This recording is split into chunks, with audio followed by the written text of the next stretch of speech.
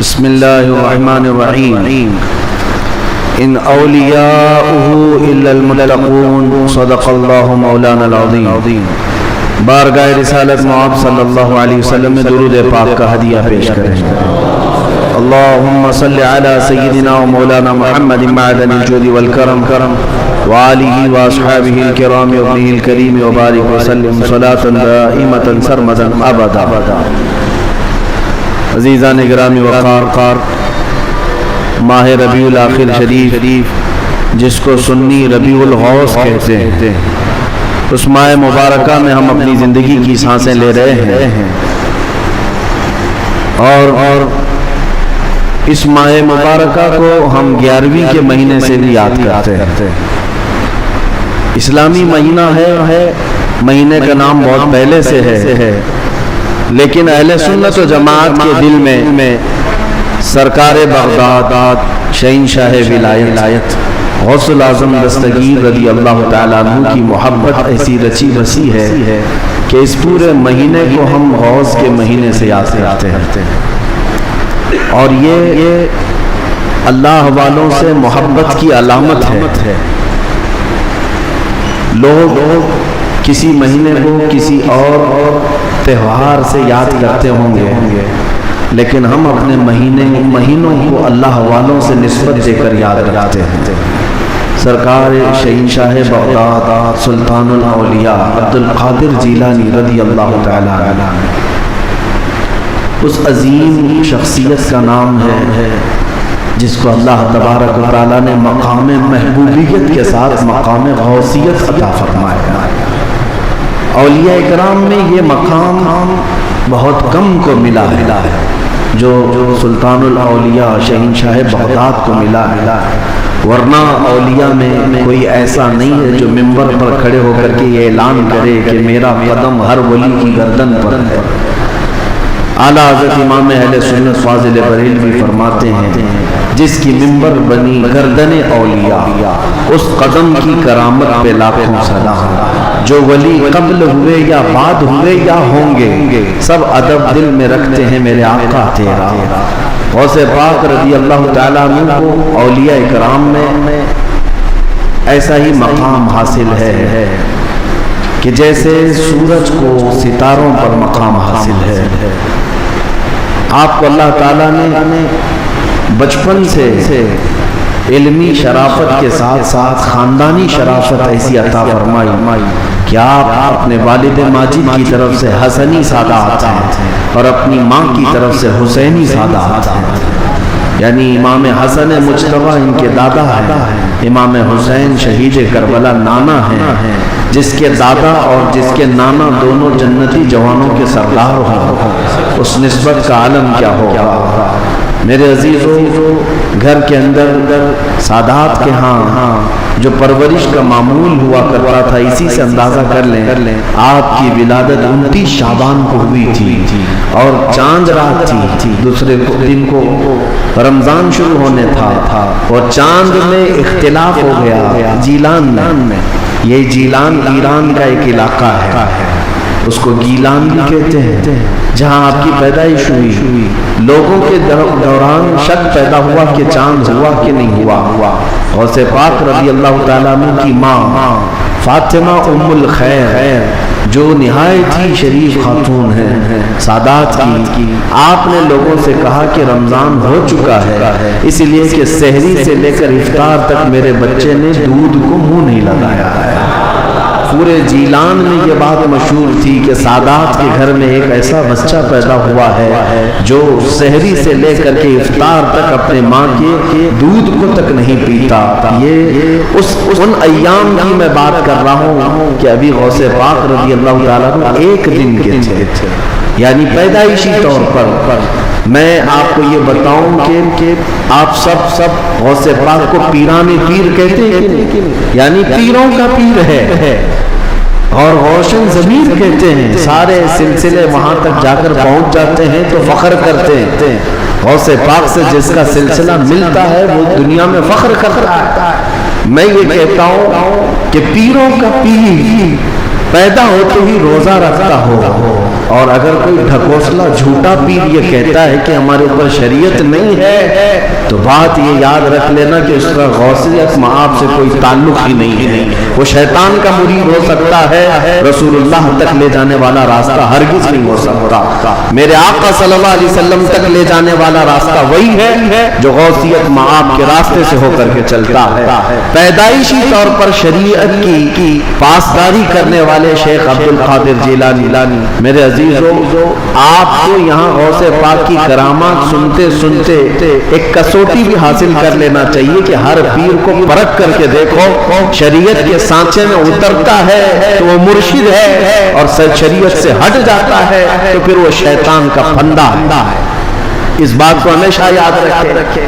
اگر کوئی اپنے گھر میں بیٹھ کر کے کہتا ہے کہ ہمارے لیے نماز نہیں، ہم تصور کی نماز پڑھتے ہیں، ہم تصور کی نماز پڑھتے ہیں اور ہماری نماز تو مکہ میں ہوتی ہے، مدینے میں ہوتی ہے، تو کھانا یوں کیوں کھاتے ہیں، یہاں کیوں کھاتے ہیں؟ مریدوں کے سامنے تو سب چیزیں چلتی ہیں اور نماز مکے میں ہوتی ہے، مدینے میں ہوتی ہے، نماز چھوڑ کر بیٹھے۔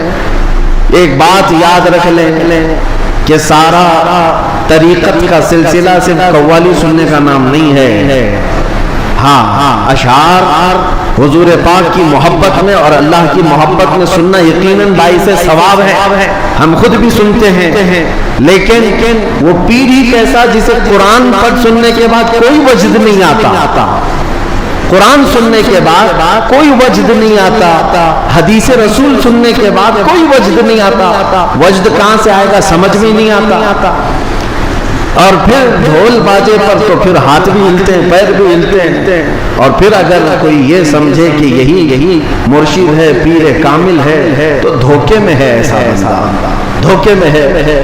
وہ غوث پاک رضی اللہ تعالیٰ عنہ جن کی کرامات بیان کرنے کے ساتھ ساتھ ہم یہ بھی بیان کرتے ہیں کہ 40 سال آپ کے ایسے گزرے ہیں کہ صرف ایک انگور کے دانے سے آپ نے سحری کی ہے اور ایک آدھا گلاس پانی پر آپ نے افطاری کیا ہے، اتنے سال تک روزہ رکھے ہیں، ان میں کئی سال ایسے آئے ہیں کہ پوری رات بھر شیخ عبد القادر جیلانی کھڑے ہو کر کے نماز پڑھتے رہے۔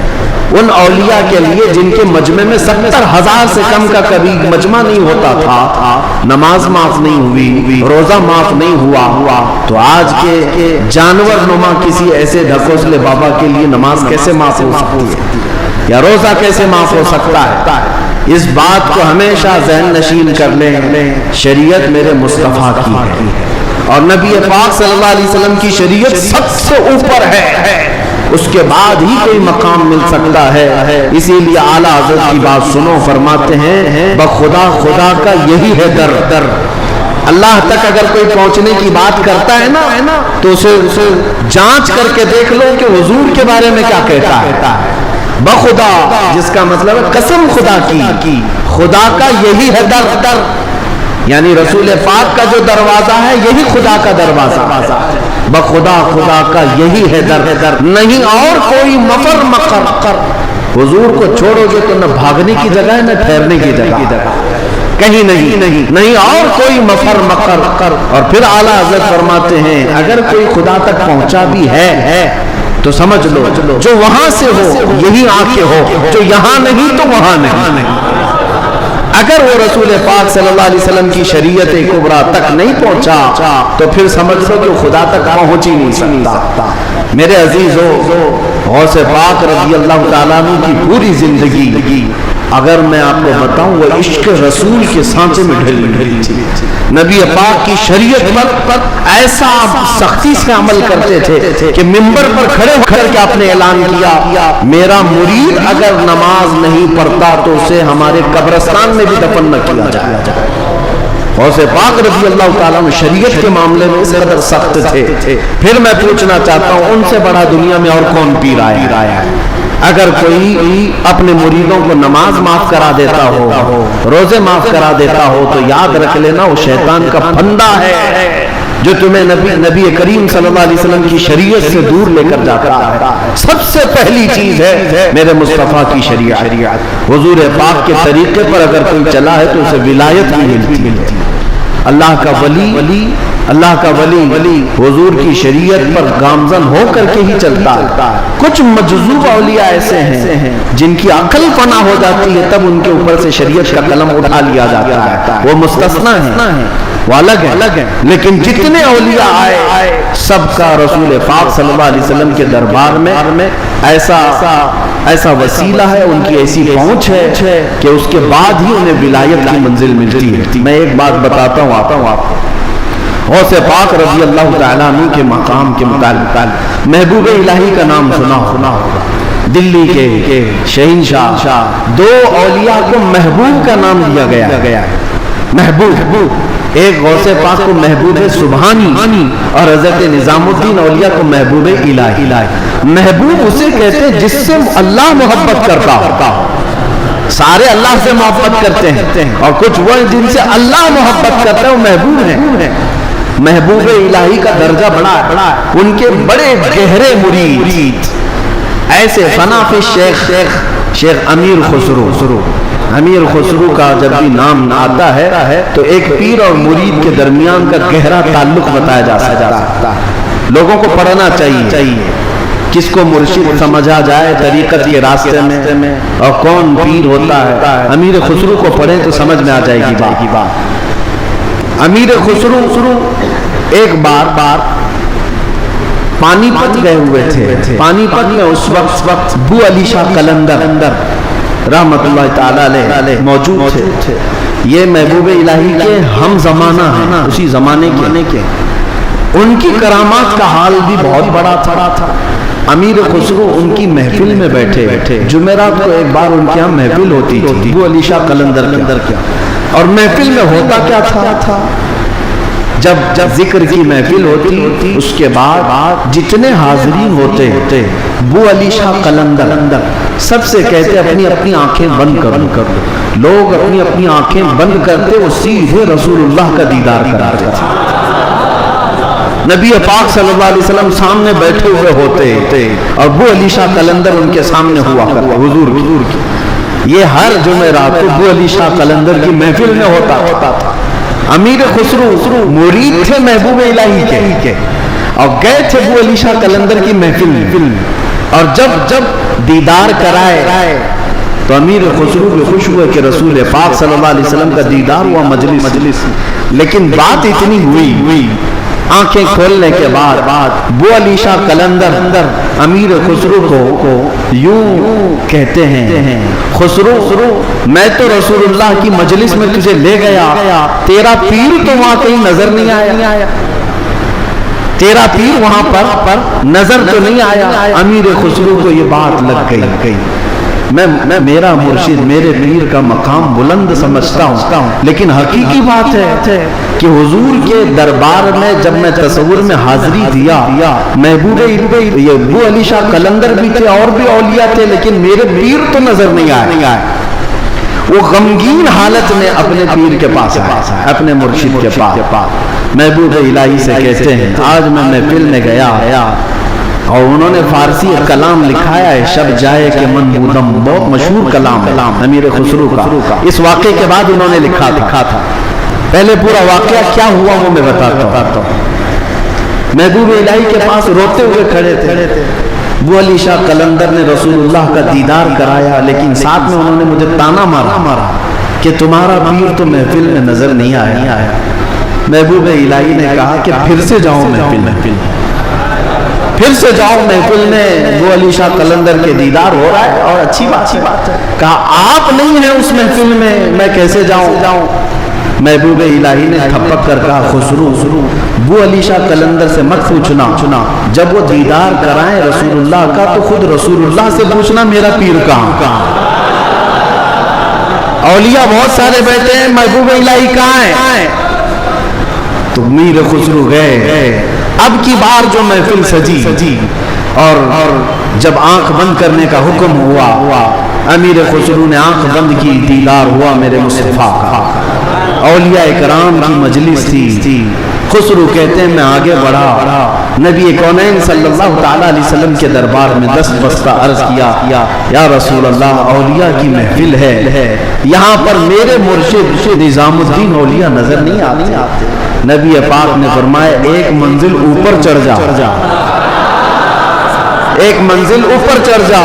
امیر خسرو کہتے ہیں میں ایک منزل اوپر گیا تو دیکھا ایک بہت بڑا دالان ہے، صحن ہے، وہاں بھی رسول اللہ جلوہ فرما ہے، مسند نشی ہے، وہاں دیگر اولیاء اکرام ہیں اور دیگر اولیاء، لیکن وہاں بھی میرے مرشد نظر نہیں آئے. میں پھر پوچھا میرے مصطفیٰ سے آقا یہاں پر بھی نہیں ہے. حضور نے فرمایا ایک اور منزل چڑھ جا. خسرو کہتے ہیں میں تیسری منزل پر آیا، وہاں بھی حضور بیٹھے تھے لیکن اولیاء کی محفل میں میرے پیر نظر نہیں آئے. پھر پوچھا، حضور نے ایک اور منزل چڑھائی، یہاں تک کہ 7 منزلیں چڑھ لی. امیر خسرو کہتے ہیں اب اوپر جیسے جیسے جاتا تھا مجمع کم ہوتا جاتا تھا، تھوڑے تھوڑے سے رہ جاتے تھے. 6ٹھی منزل پر آیا، جب بھی میں اپنے مرشد کو نہیں پایا پریشان ہو کر پوچھا تو کہا ایک اور منزل چڑھ جا. اوپر گیا تو وہاں مصطفیٰ کریم صلی اللہ علیہ وسلم مسند نشین ہیں، مسند نشین ہیں، بس 3 لوگ بیٹھے ہوئے ہیں، دائیں ایک بزرگ ہیں، بائیں ایک بزرگ ہیں اور بالکل سامنے محبوب الہی بیٹھے ہوئے ہیں. امیر خسرو کہتے جیسے ہی مجھے اپنے پیر کا چہرہ نظر آیا میں نے آنکھیں کھول دی، رقص فنا ہو گئے. جو فنا فی شیخ تھے پھر انہوں نے کلام لکھا، شب جائے کہ من بودم، وہ رات کیسی تھی جس میں میں تھا اور خود رسول اللہ مجلس کے میر تھے، مجلس کے شمع میرے مصطفیٰ تھے. گنگناتے ہوئے اپنے مرشد کے پاس آئے. اب جو بات مجھے کہنا تھا جس کے لیے میں نے یہ واقعہ چھیڑا سنیا، میں نے یہ واقعہ محبوب الہی کا کیوں بتایا. آئے محبوب الہی کے پاس، خوش تھے، وجد کنا تھے. محبوب الہی نے پوچھا خسرو دیکھا ہے اپنے مرشد کو؟ کہا ہاں میرا مقصد میری مراد پوری ہو گئی. اس کے بعد محبوب الہی نے کہا کیا کسی اور کو وہاں نہیں دیکھا؟ امیر خسرو نے کہا میری توجہ ہی نہیں گئی، میں نے مرشد کو دیکھا تو پھر خیال نہ رہا. محبوب الہی سے پوچھنے لگے کہ حضور اس منزل میں جو رسول اللہ کے دائیں اور بائیں تھے وہ کون تھے؟ تب محبوب الہی نظام الدین اولیاء نے کہا ان کے بائیں جانب خواجہ غریب نواز تھے اور بائیں جانب پیران پیر غوث اعظم بغدادی موجود تھے. سیدنا شیخ عبد القادر جیلانی کا وہ مقام ہے کہاں؟ رسول اللہ کے دربار میں، جہاں اولیاء اکرام کی منزلیں ختم ہوتی ہیں وہاں غوثیت مآب کا مقام ہے. میرے آقا صلی اللہ علیہ وسلم کے دربار کا قرب ہی انہیں غوثیت کے مقام پر لے گیا. میرے عزیزو بہت سارے لوگ اگر یہ سمجھتے ہیں کہ ان کی بڑی کرامتیں ہیں اس لیے ان کو غوث کا مقام ملا ہے، وہ بہت بڑے عالم تھے، بہت بڑے زاہد تھے، بہت بڑے پرہیزگار تھے اس لیے غوثیت کے مقام پر پہنچے. میں کہتا ہوں یہ ساری جگہ اپنی، یہ سارے مقامات اپنی جگہ پر غوث پاک غوثیت کے مقام پر پہنچے تو عشق رسول کی بنیاد پر میرے مصطفیٰ کریم صلی اللہ علیہ وسلم سے بے پناہ محبت کی بنیاد پر پہنچے. اس لیے میں نے زندگی میں دیکھا ہے جب کبھی کوئی رسول اللہ کی طرف انگلی بھی اٹھاتا یا اعتراض کرتا اپنی کرامتوں سے اس کا منہ توڑ جواب دے دیتے تھے، اپنی کرامتوں سے غوث پاک رضی اللہ تعالیٰ عنہ ان کا جواب دیتے. اگر کسی نے حضور پاک صلی اللہ تعالیٰ علیہ وسلم پر اعتراض کیا کہ انہوں نے مردوں کو زندہ نہیں کیا تو غوث پاک نے اپنی ٹھوکر سے مردہ زندہ کر کے دکھایا. 400 سال بعد غوث پاک رضی اللہ تعالیٰ عنہ اعلان کرتے تھے تو رسول اللہ کے بارے میں بات کرتا ہے، میں ان کے بیٹے کے بیٹے کے بیٹے کے بیٹے کے بیٹے 400 سال بعد آیا ہوں اور اللہ نے میرے پاؤں میں یہ طاقت دی ہے کہ قبر کو ٹھوکر لگاؤں تو مردہ زندہ کھڑا ہو جائے، اور جس کی میں نسل سے ہوں وہ اگر کہیں ٹھوکر لگائے پورا قبرستان کھڑا ہو سکتا ہے. نبی پاک صلی اللہ تعالیٰ علیہ وسلم کی ذات پر اگر کوئی انگلی اٹھاتا میرے غوث اس کو اپنی کرامت سے جواب دیا کرتے. عزیزان گرامی وقار سلطان الاولیاء غوث پاک رضی اللہ تعالیٰ عنہ سے اپنا رشتہ مضبوط کرو. اپنے نسبتوں میں قادری پٹا ضرور رہے، قادری نسبت ضرور رہے، اس لیے کہ یہ نسبت ہی ایسی ہے جس پر پوری دنیا فخر کرتی ہے. قیامت میں منادی دے گا یہ ندا قادریوں کو، کہاں ہے قادری کر لے نظارہ غوث اعظم کا. میری لاج کس کے ہاتھ ہے بغداد والے کے، مصیبت ٹال دینا کام کس کا غوث اعظم کا۔ اسی لیے میرے عزیزو ہم نے غوث پاک رضی اللہ تعالیٰ عنہ کی زندگی پاک میں دیکھا ہے اللہ تعالیٰ نے ان کو تصرف دیا تھا، وہ طاقت عطا کی تھی کہ وہ اللہ کریم کی بارگاہ میں ایسی مقبولیت کے مقام پر تھے کہ خلاف عادت کام ان سے صادر ہوئے۔ خلاف عادت کام جب اولیاء سے ہوتے اسی کو کرامت کہتے۔ بعض لوگ ابھی عقل کے گھوڑے دوڑاتے اور کہتے ایسا کیسے ہو سکتا ہے، یہ سب تو مولانا لوگوں کی پھکائی ہے، یہ جملے بازی ہے۔ ان کو قرآن پاک سے اگر تعلق ہو تو میں بتاؤں۔ اب میں ایک بات آپ سے بتاتا ہوں، غوث پاک کی کرامت جس پر ابھی میں چند دن پہلے سن رہا تھا، کوئی بیچارہ جس کی عقل پر فالج کا اثر ہوا ہے۔ یہ وہ لوگ ہیں جن کو میرے مصطفیٰ کریم صلی اللہ تعالیٰ علیہ وسلم سے بغض ہے، عداوت ہے، اور دوسرے راستے پر چل پڑے اور اولیاء کرام کو چن چن کر کے نشانہ بناتے، جن کا تعلق نجد سے ہے، وہابیت سے ہے، سلفیت نام رکھتے ہیں۔ بہرحال لیکن سوال کرنے والے نے ایک سوال کیا، ارے مولانا آپ سناتے ہیں کہ غوث پاک تو 12 سال کی ڈوبی ہوئی کشتی کو باہر لے آیا، یہ تو خدا کے بھی کام نہیں ہے، اللہ کے بھی کام نہیں، اس سے بڑھ کر کے آپ نے غوث پاک کو بتا دیا۔ میرے عزیزوں میں آپ کو بتاتا ہوں بات ہوئی کیا تھی۔ دریا کے کنارے سے آپ کا گزر ہو رہا تھا، ایک بوڑھی عورت کو روتے ہوئے دیکھا۔ مرید سے پوچھا پوچھو اس کو کیا بات ہے، کیوں روتی؟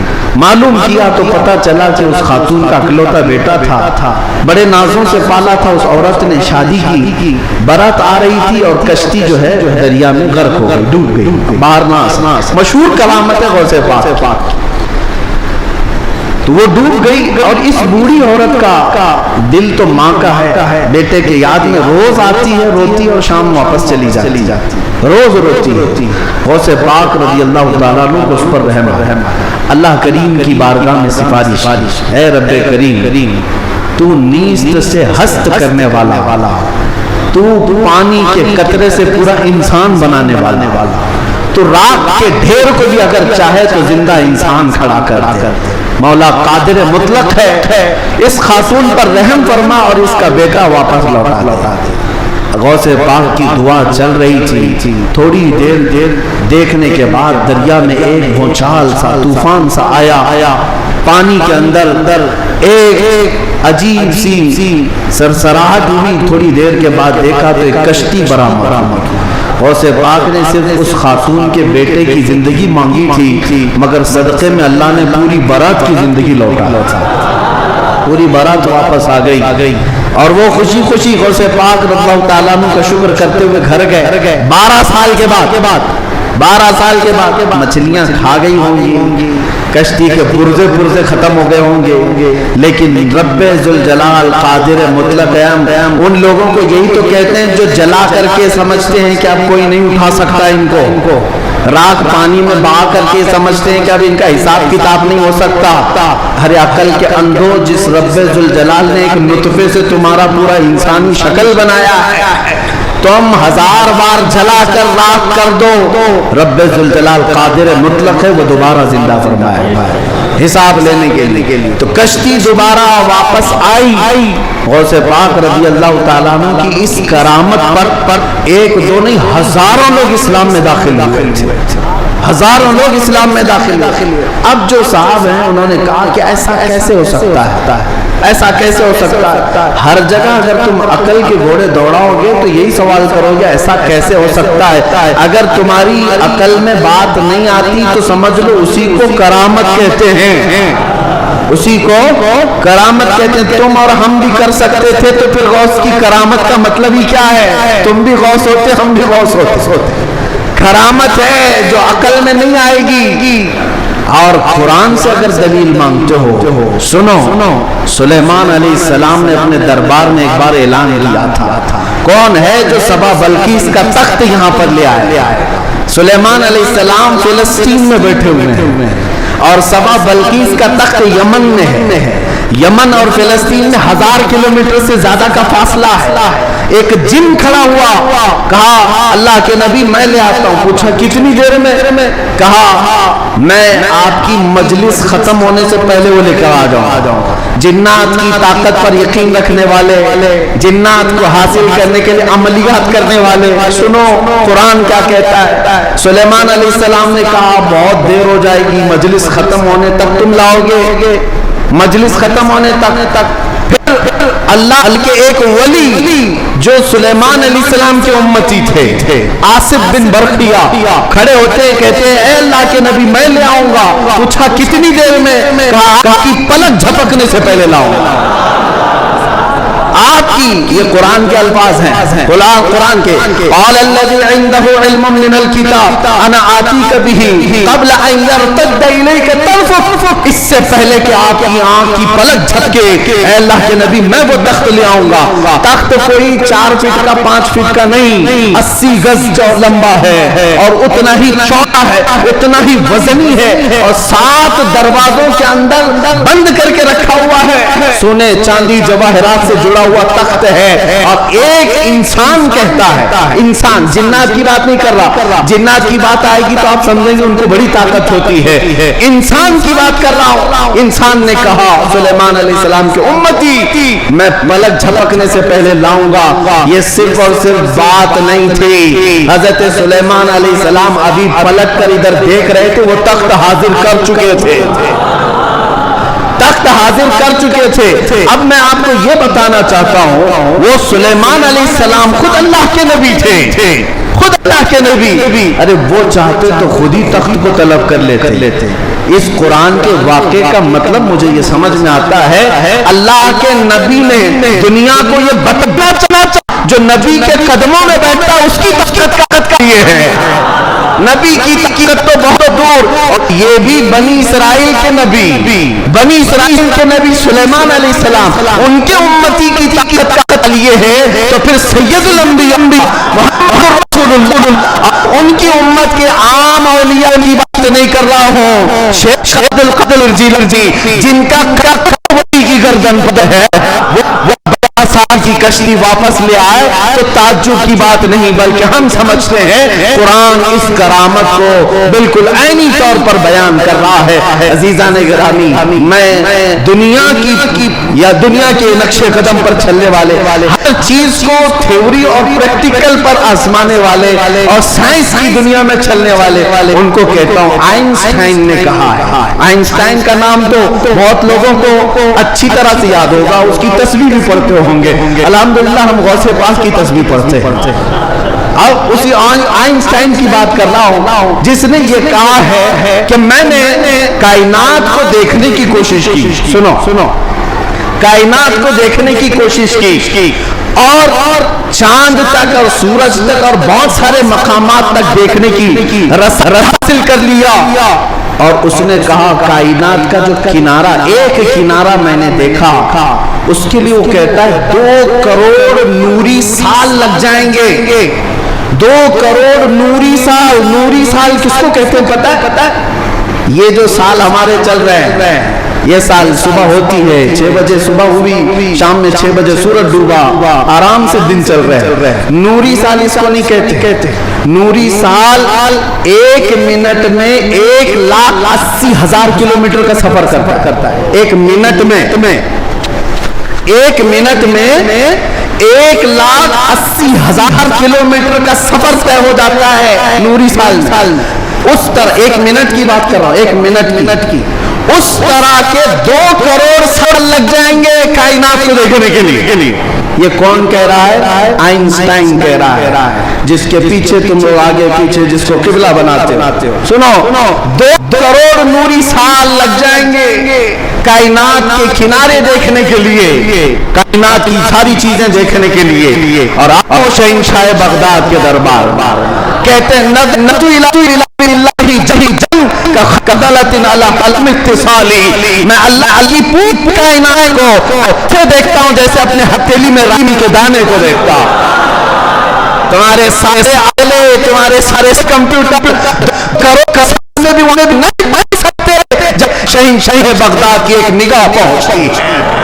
ہاں میرے غوث نے فرمایا نظرت الی بلاد اللہ جمعا کخردلۃ علی حکم اتصالی، میں کہ پورے شہروں کو کائنات کو ایسے دیکھ رہا ہوں جیسے اپنے ہتھیلی میں رائی کے دانے کو دیکھ رہا ہوں۔ عزیزان گرامی وقار، الحمدللہ ہمارے پاس فخر کرنے کے لیے بہت کچھ ہے، بہت کچھ ہے۔ غوثیت معاذ کی نسبت سے ہی اعلیٰ حضرت کو مجدد بنایا ہے، اعلیٰ حضرت کو مجدد بنایا ہے، اور امام اہل سنت فاضل بریلوی اسی نسبت پر فخر کرتے ہیں۔ دیکھا جائے تو امام اہل سنت اعلیٰ حضرت نے تقریباً 1000 سے زیادہ کتابیں لکھ ڈالی ہیں، 55 علوم پر اللہ نے مہارت کام عطا کی ہے، اور بہت سارے شاگردوں کی کھیپ تیار کی ہے۔ امت پر ایک بہت بڑا امتیوں پر احسان ہے، لیکن ساری چیزیں اپنی جگہ پر۔ قرآن کا ترجمہ کیا ہے، فتاوی رضویہ شریف ہے، بارگاہ مصطفیٰ میں ہدایت بخشش ہے، بہت سارے کام ہیں، لیکن جب رسول اللہ کے دربار میں حاضر ہیں، حضرت یہ نہیں کہتے یا رسول اللہ میں فتاوی رضویہ لے کے آیا ہوں، میں کنز الایمان لے کر کے آیا ہوں، میں ہدایت بخشش لے کے آیا ہوں، بلکہ اعلیٰ حضرت یہ کہتے ہیں تیری سرکار میں لاتا ہے رضا اس کو شفیع جو میرا غاغ ہے اور لاڈلا بیٹا تیرا۔ نسبت کے لیے بھی بارگاہ مصطفیٰ میں اعلیٰ حضرت نے اگر کسی بات پر فخر کیا ہے تو غوثیت کی نسبت پر فخر کیا ہے۔ یا رسول اللہ تیری سرکار میں لاتا ہے رضا اس کو شفیع جو میرا غوث ہے اور لاڈلا بیٹا تیرا۔ یقیناً میرے عزیز و کرامات سنانے کا وقت جمعہ کے چھوٹے وقت میں نہیں ہوتا، ورنہ میں بہت ساری چیزیں سناتا۔ الحمدللہ غوثیت معاف شہنشاہ بغداد پیر پیرا امیر میران، جس کی نسبت الحمدللہ چھوٹوں کو بڑا بنا دیتی ہے اور ادنا کو اعلیٰ بناتی ہے۔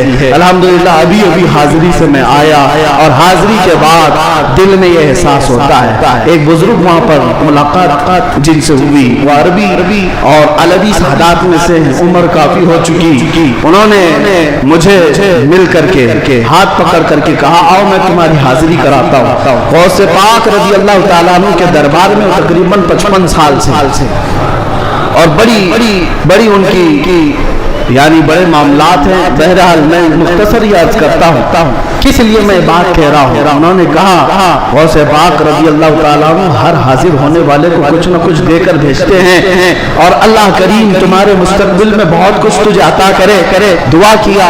ہم نے کہا کہ یہاں کی اتنے بڑے دربار میں بڑے بڑے حاضر ہوتے، میری کیا حیثیت ہے، مجھے یہاں پر میری کیا حیثیت ہے، کیا مقام ہے۔ ایک جملہ انہوں نے کہا جس سے سینہ چوڑا ہو گیا، کہا یہاں پر سب اچھے نہیں آتے، بلکہ غوث پاک تو چوروں کو بھی کتب بناتے ہیں۔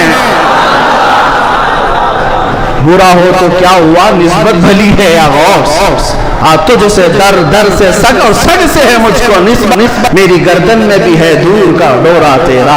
اعلیٰ حضرت یہی فرماتے ہیں جن کتوں کے گلے میں پٹا ہوتا ہے ان کتوں کو میونسپلٹی والے نہیں لے جاتے، نہیں لے جاتے، اور نہ ہی انجیکشن مارتے ہیں۔ کیوں؟ یہ علامت ہے کہ کسی کا پالا ہوا ہے، اور گلے میں پٹا نہ ہو تو اٹھا کر لے جائیں گے۔ بہت زیادہ شور مچاتے ہیں یہ کتے، ان کو لے جاؤ۔ جن کتوں کے گلے میں پٹا ہے انہیں چھوڑ دیا جاتا ہے کہ مالک ہے اس کا کوئی۔ اسی لیے اعلیٰ حضرت فرماتے ہیں اس نشانی کے جو سگ ہیں نہیں مارے جاتے، میری گردن میں بھی ہے، حشر تک میرے گلے میں رہے پٹا تیرا۔ ہمارے گلے میں غوث پاک رضی اللہ تعالیٰ عنہ کی نسبت کا پٹکا ہے۔ انشاءاللہ العزیز کوئی اور دوسرا ہمیں اچک نہیں لے جائے گا، اتنا یقین ضرور ہے۔ اور مجھے ایک بات یہ بھی یاد آئی کہ ایک صاحب نے کہا وہ دوسرے ملک کے ہیں، ہمارے پڑوسی ملک کے ہیں، اور انہوں نے کہا کہ ہمارے ہاں حالات تو سب اپنے حساب کے ہیں، پھر بھی بہت ساری چیزیں ڈر لگتا ہے، سہمتے ہیں۔ آپ ایسے نرغے میں ہیں پھر بھی بول رہے ہیں، اچھی بات ہے۔ ایسی جگہ پر آپ ہیں جہاں کے حالات ہم دور سے سنتے ہیں، بڑے ڈینجر ہیں لیکن بول رہے ہیں۔ میں نے کہا آپ نے سنا نہیں اعلیٰ حضرت نے کیا فرمایا؟ اعلیٰ حضرت نے یہ فرمایا کیا دبے جس پہ حمایت کا ہو پنجہ تیرا۔ ایسا آدمی کیوں ڈرا، ایسا آدمی کیوں ڈرا جس پر پنجہ غوث پاک کا ہوگا؟ کیا دبے جس پہ حمایت کا ہو پنجہ تیرا، شیر کو خطرے میں لاتا نہیں کتا تیرا۔ ہاں غوث پاک کا جو کتا ہے وہ شیر کو بھی پرواہ نہیں کرتا. الحمدللہ ہم غوث پاک کے دربار کے کتے ہونے پر فخر کرتے ہیں. ہاں ہمیں اس بات پر کوئی وہ نہیں ہے. الحمدللہ ہماری نسبت ہے دربار غوث سے, اور وہ اس لیے بھی کہ ایک دو نہیں. میں آپ کو بتاؤں, اہل حدیث جماعت, وہابی جماعت کے سب سے بڑے عالم جس کی پیروی میں یہ لوگ پوری آسمان زمین سے, زمین آسمان سے ملاتے, شیخ ابن تیمیہ. شیخ ابن تیمیہ نے اپنے کتاب میں لکھا ہے, اہل حدیث جماعت کے سب سے بڑے امام کہتے ہیں کہ میں نے اپنی زندگی میں اتنی کرامات کسی کی نہیں دیکھی جتنی شیخ عبد القادر جیلانی.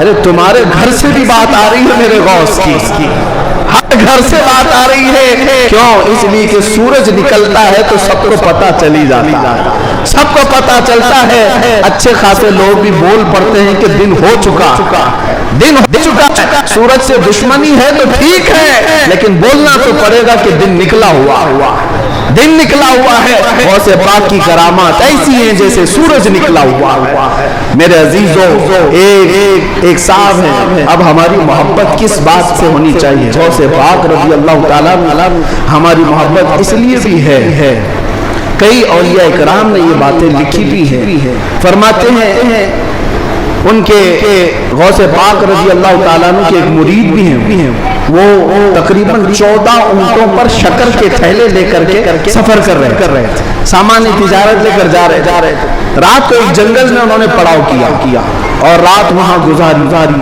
تو جیسی رات گزاری, خطرناک جنگل تھا, ان کے 4 اونٹ سامان سمیت غائب ہو گئے اور بھاری ان کا نقصان تھا, بڑا سامان تھا. وہ صبح غمگین بیٹھے ہوئے تھے. انہوں نے کہا کہ ایسے وقت میں اب قافلہ بھی چل پڑا, میں اپنے اونٹوں کو ڈھونڈوں تو اس خوفناک جنگل میں کہاں ڈھونڈوں گا. انہوں نے کہا مجھے میرے مرشد نے کہا تھا کہ جب کبھی تو مصیبت میں آئے تو مجھے پکارنا, یا شیخ عبد القادر جیلانی شیئا للہ المدد. تو وہ بزرگ فرماتے ہیں, یہ کتاب بہجت الاسرار شریف میں بھی موجود, روایت میں بیان کر رہا ہوں, لفظ ہی نہیں کر رہا. کہتے میں وہیں سے پکارنا شروع کیا, یا شیخ عبد القادر جیلانی شیئا للہ المدد. میں ابھی پکار ہی رہا تھا, سامنے پہاڑ کی طرف ایک بزرگ مجھے نظر آئے سفید لباس, وہ مجھے اپنی طرف بلاتے رہے, ادھر آؤ. میں دوڑتا ہوا ان کے پاس گیا. جب ان کے قریب پہنچا تو وہاں دیکھا پہاڑ کے نیچے میرے 4 اونٹ چل رہے تھے. میں نے 4 اونٹوں کو اپنے ساتھ لے لیا اور پھر اس بزرگ سے ملنے کے لیے آیا تھا تو وہ تھے ہی نہیں. میں اپنے اونٹوں کو لے کر تجارت میں گیا, سامان بیچا, اس کے بعد پھر بغداد آیا اپنے مرشد سے ملنے کے لیے. تو غوث پاک نے فرمایا تیرے 4 اونٹ صحیح سلامت تو ہم نے دلا دیا.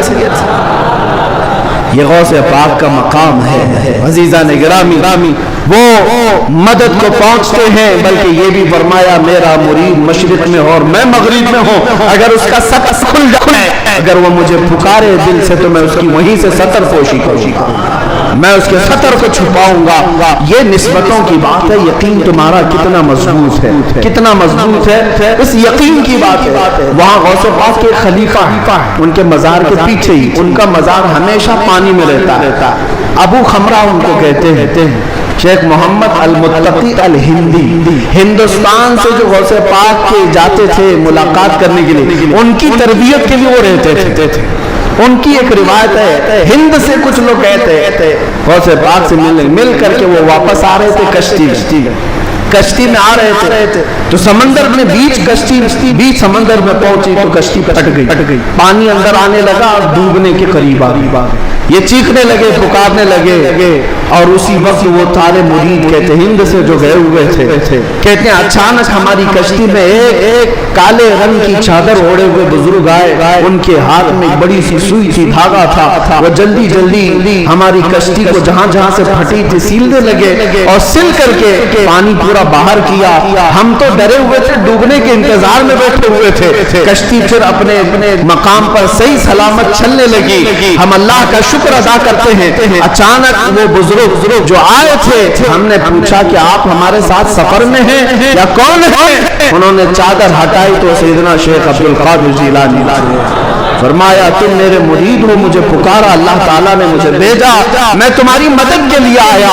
عزیزہ نگرانی ایک دو نہیں، بہت ساری کرامات کتابوں میں روایتیں لکھی ہوئی ہیں، اور ایک دو نہیں، کئی تواتر کے ساتھ یہ روایتیں موجود ہیں۔ اس لیے بارگاہ غوثیت معاب میں ہم اتنا ہی کہتے جو اعلیٰ حضرت نے کہا تھا، اے غوث سر بھلا کیا کوئی جانے کے ہے کیسا تیرا، اولیاء ملتے ہیں آنکھیں وہ ہے طلبہ تیرا، سارے اقطاب جہاں کرتے ہیں کعبے کا طواف، کعبہ کرتا ہے طواف در والا تیرا، کیا مرتبہ اے غوث ہے بالا تیرا، اونچے اونچوں کے سروں سے قدم آلہ تیرا۔ اللہ کریم اسی نسبت پر زندہ رکھے اور اسی نسبت پر ہمارا خاتمہ عطا فرمائے۔ اسی لیے میں وہی دعا کرتا ہوں جو جمیل قادری رضوی نے کیا تھا، اعلیٰ حضرت کے مرید، سچے مرید، انہوں نے کہا تھا عزیزوں کر چکو تیار جب میرے جنازے کو، عزیزوں کر چکو تیار جب میرے جنازے کو، کفن پر لکھ دینا نام والا غوث اعظم کا۔ وآخر دعوانا الحمدللہ رب العالمین۔